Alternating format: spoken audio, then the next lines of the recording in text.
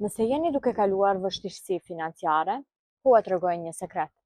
Deri sot, elhamdulillah, nuk kam kaluar ndonjëherë një vështirësi të madhe financiare. Dhe jo, nuk po them se kam pasur gjithmonë shumë para, por kam pasur gjithmonë një ndjenjë të çuditshme të mjaftueshmërisë. Sikur Allahu në një mënyrë apo tjetrën më ka hapur një derë kur kam pasur nevojë. Dhe ka një sure që prej kohësh është pjesë e rutinës sime. Sureja El-Wakia. Ndoshta ke dëgjuar se quhet edhe sureja e pasurisë. Ekziston një transmetim që e lidh leximin e saj çdo natë me mbrojtje nga varfëria, por dietarët kanë diskutuar dhe kanë konsideruar transmetimin e saj të dobët.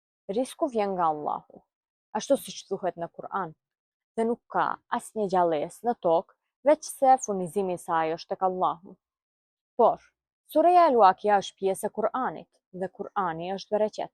Prandaj, nëse po kalon vështirësi financiare, provoje këtë. Lexoje surën El-Wakia, bëj dua, kërko falje Allahut, jep sadaka, qoftë edhe pak, dhe puno, duke ia lënë rezultatin Allahut, sepse ndonjëherë risku nuk është të kesh shumë, është që Allahu të bëjë të mjaftohet zemra jote me atë që ke.